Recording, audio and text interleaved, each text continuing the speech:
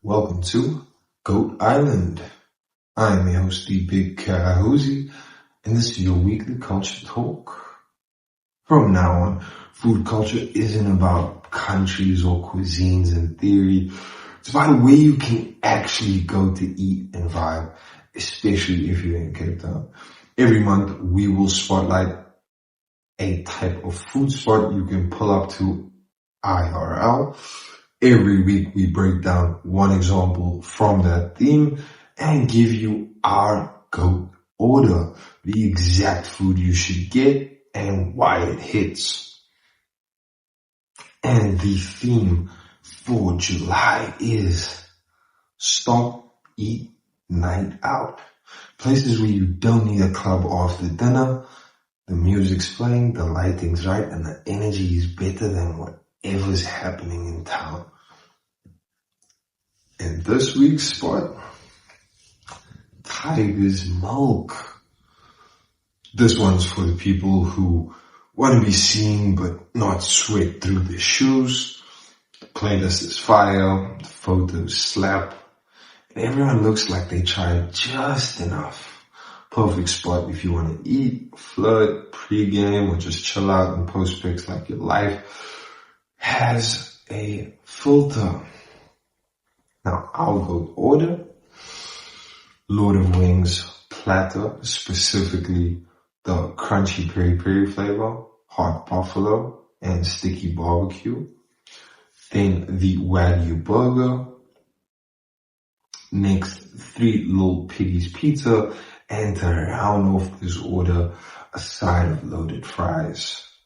Now, why are we getting this? Because you're getting your protein in from the wings, Wagyu and pork, your carbs from the burger bun, pizza base and fries, and your vibe from the fact that you're sharing it all with the table, not stuffing your face. You know, you don't eat this solo.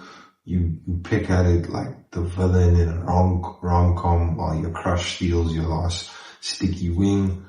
This is a 10 out of 10 order.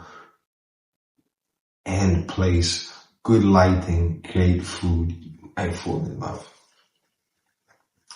Drinks culture is going personal now. Every month is a different life situation or mood, and every week will give you one of the go-tos, TGTs, the drink that fit that vibe perfectly. Think of it like a hall of fame for situational sipping. And the July's theme is weekly drink for the gym, bro. Cause if you're heading back there at 8 a.m., you can't be blacking out by 10 p.m. But you still need something to like make yourself feel good. You're not a fucking monk. So, TGT of this week is Irish coffee. Cause it's cold right now, you're sore, traps are cooked, joints feel like Lego, you need warmth, caffeine, and something smooth enough to slide into recovery mode. That's why Irish coffee is TGT, the go-to. Coffee for your pre-bed buzz, whiskey for your I'm still fun streak, cream for the taste, cause yes, we're still cultured. It's giving, let me chill, but also just be drunk enough to text the WID and delete it before it sends. 9 out of 10, gym rat certified, smooth enough to keep the sleep demons at bay.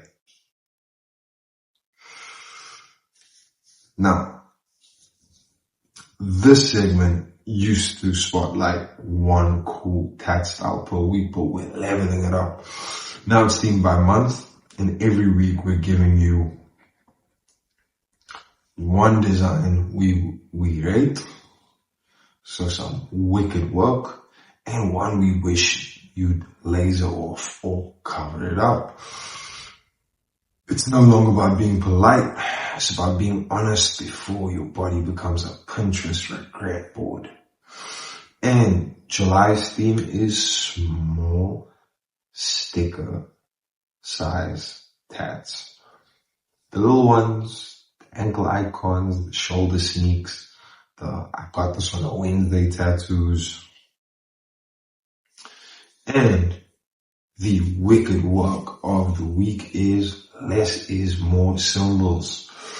These hit different, simple icons, deep meaning, a crisp anchor, a clean trident, a razor thin cross, no noise, just impact.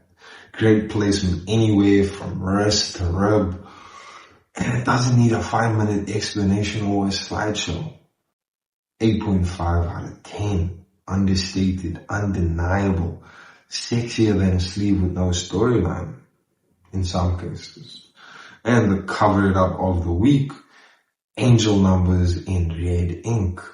Look, red ink, love it. Angel numbers, not the worst.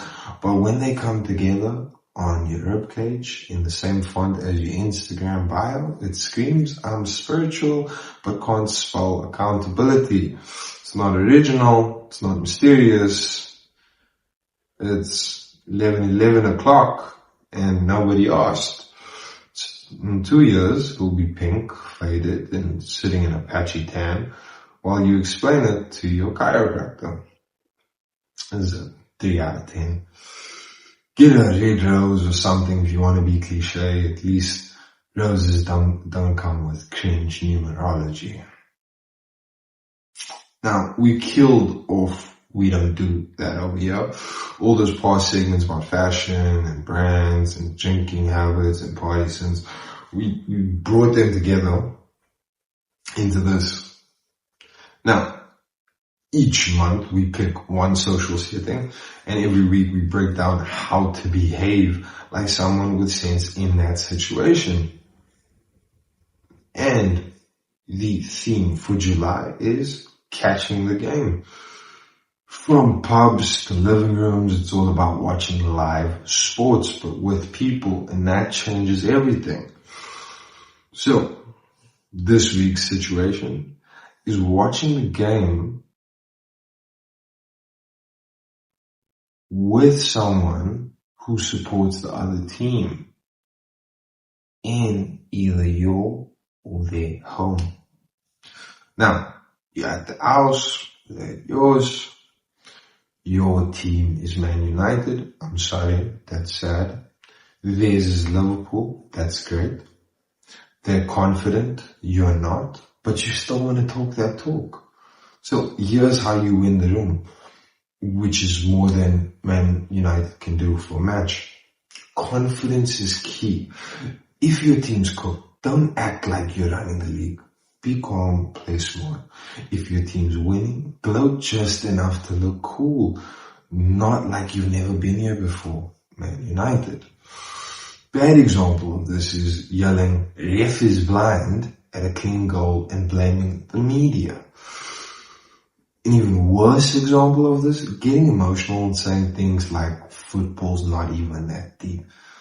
Yeah, it's not even that deep because your team is so deep down on the log.